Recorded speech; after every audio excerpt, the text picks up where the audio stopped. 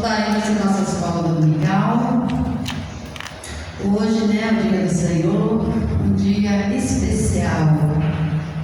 A grande oportunidade de estarmos aqui na casa do Senhor para louvá-lo, para aprender, para crescer. É sempre uma alegria muito grande, irmãos. Para dar início, vamos abrir as nossas Bíblias em Salmos, número do capítulo 10. Hoje vai ser uma leitura um pouquinho maior, mas é algo que nós estamos vivenciando.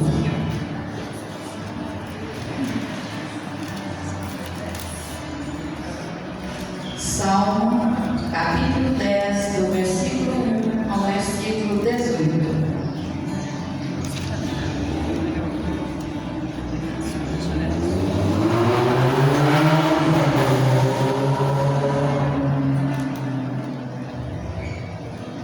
Antes de fazermos a leitura, vamos fazer a oração, vamos invocar a presença do nosso Deus no nosso meio. Senhor nosso Deus, Pai amado, Pai querido, graças lhe damos, Senhor, porque temos, Senhor, a oportunidade, a alegria de te servir, Senhor, livremente, de estarmos aqui reunidos na tua casa, Senhor. Muito obrigado, Senhor, pelo teu grande amor para conosco, Pai. Pedimos, Senhor, que o Senhor esteja aqui no nosso meio, que o Senhor fale conosco, Pai, que o Espírito Santo mova os nossos corações, ó Pai, que possamos entender o Teu propósito nas nossas vidas no dia de hoje, Senhor. Ó Pai, agradecemos, Senhor, pelo sustento, pelo trabalho, pela saúde, pelas roupas, por tudo que o Senhor tem concedido para cada um de nós, ó Pai. Agradecemos pelo fôlego de vida, Senhor, te agradecemos por essa casa, Senhor, te agradecemos, Senhor, porque o Senhor nos uniu, porque o Senhor nos escolheu, porque o Senhor está conosco, que temos a alegria de estar aqui te servindo, Senhor, pelos nossos amados irmãos, por os que estão aqui na tua casa e também pelos que estão ausentes, pelos enfermos, que o Senhor esteja cuidando de cada um, Pai. Filho, Pai, conosco, Pai, esteja sempre inspirando, perdoa os nossos muitos pecados, Pai. É no nome santo de Jesus que nós agradecemos e oramos. Amém. Amém. Deus e o justo. Salmo de número 10, capítulo 10, do versículo 1 ao versículo 18. A derrubada dos ímpios. Por que, Senhor, te conservas longe e te escondes nas horas de tribulação? Com arrogância, os ímpios perseguem o pobre, sejam presas das tramas que o urdiram. Pois o perverso se gloria da cobiça da sua alma, o alvarento maldiz o Senhor e blasfema contra ele. O perverso na sua soberba não investiga, que não há Deus, são todas as suas cogitações. São prósperos os seus caminhos em todo o tempo. Muito acima e longe dele estão os seus juízos. Quanto aos seus adversários, ele a todos ridiculiza. Pois diz lá no seu íntimo: jamais serei abalado. De geração em geração, nenhum mal me sobrevirá. A boca ele a tem cheia de maldição, enganos e opressão. Debaixo da língua, insulto e iniquidade. Põe-se de tocar nas vidas, trucida os inocentes, nos lugares ocultos. Seus olhos espreitam o desamparado. Está ele de emboscada, como o leão na sua caverna. Está de emboscada para enlaçar o pobre, apanha-o e na sua rede o enleia. Abaixa-se, rasteja em seu poder, plicar os necessitados. Dizer no seu íntimo: Deus se esqueceu, virou o rosto, e não verá isso nunca. Levanta-te, Senhor, ó Deus, ergue a mão, não te esqueça dos pobres. Por que razão despreza o ímpio a Deus, dizendo no seu íntimo que Deus não se importa? Tu, porém, tens visto, porque atenta aos trabalhos e à dor, para que os possa tomar em suas mãos. A ti se entrega o desamparado, tu tens sido defensor do órfão, quebrando o braço do perverso e do malvado, esquadrinha-lhes a maldade, até nada mais achares. O Senhor é o Rei eterno, da sua terra somem-se as nações. Tens ouvido, Senhor, o desejo dos humildes. Tu lhe fortalecerás o coração e lhes acudirás, para fazer justiça ao órfão e ao oprimido, a fim de que o homem que é da terra já não infunda terror. Um texto bastante triste, né? Que a gente percebe a injustiça, a corrupção, é algo que nós vivenciamos, infelizmente. Esse salmo é bastante atual, irmãos. A maioria das pessoas que vivem com Deus, vivem como se Deus não existisse, elas veem o mundo dessa forma. E pensam que ninguém tivesse que prestar contas dos seus atos. Pensam que a impunidade pode ser aplicada em nossa relação com Deus. Afinal, Ele tem tolerado atitudes mesquinhas, abusos, violências. Parece não defender nem ao menos seus filhos, ao mesmo tempo em que permite que os maus prosperem. Felizmente, quando a gente conversa com o ímpio, eles veem toda essa maldade no mundo e questionam: onde está o teu Deus?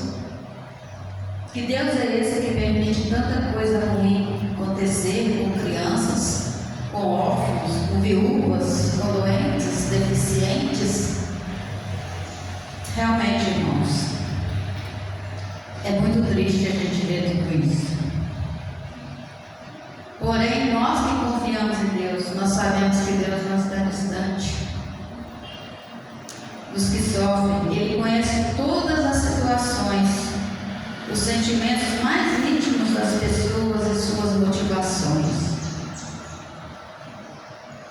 Eu trabalho na saúde mental e é um dos lugares que a gente mais vê isso, viu, irmãos?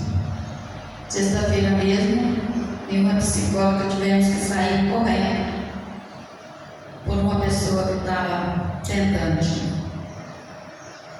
E aí conversando, sempre no meu falar vai ter Deus. E eu falei para ela falou assim: que Deus não me ouve, eu peço para Ele, não me ouve.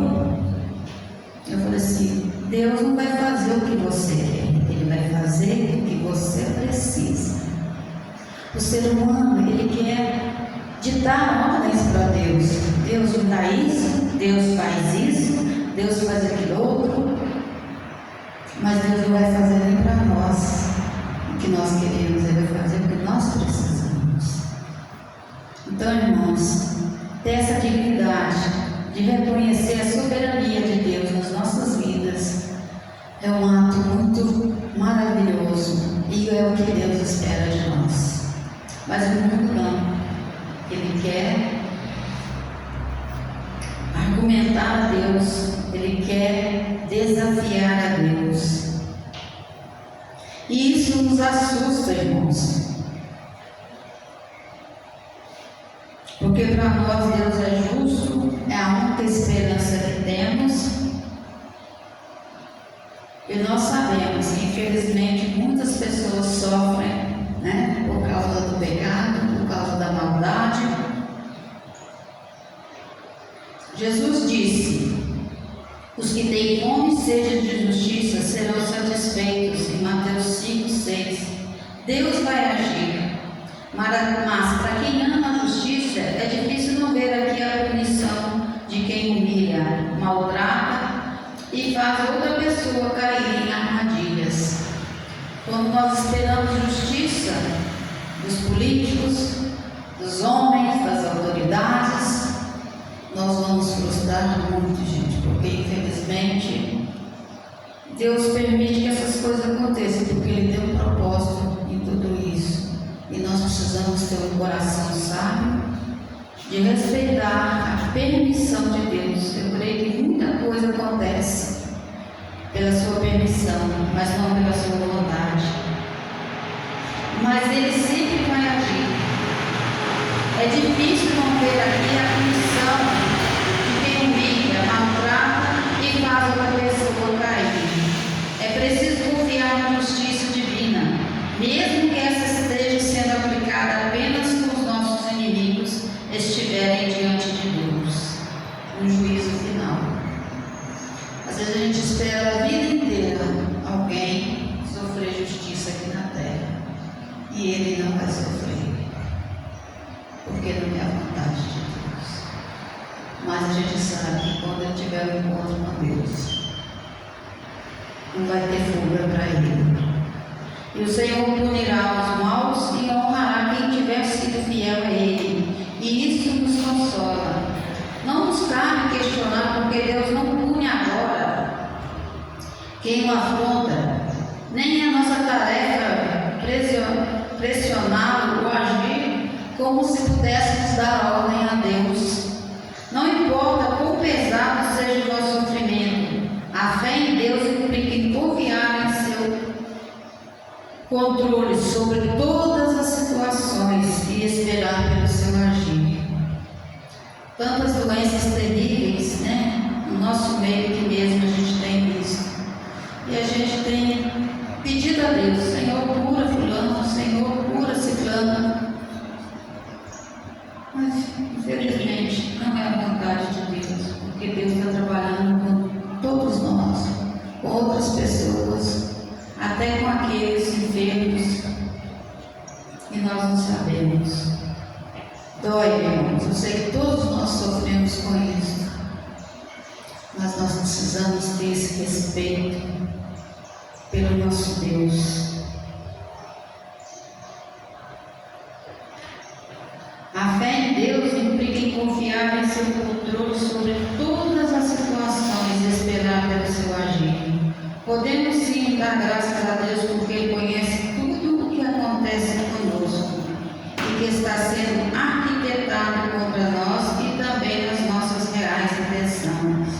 É baseado neste conhecimento total e perfeito que Ele nos julga. A justiça de Deus é perfeita.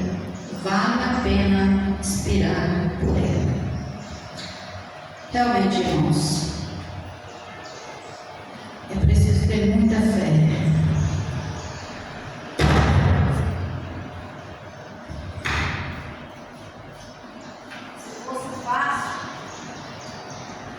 Se fosse fácil,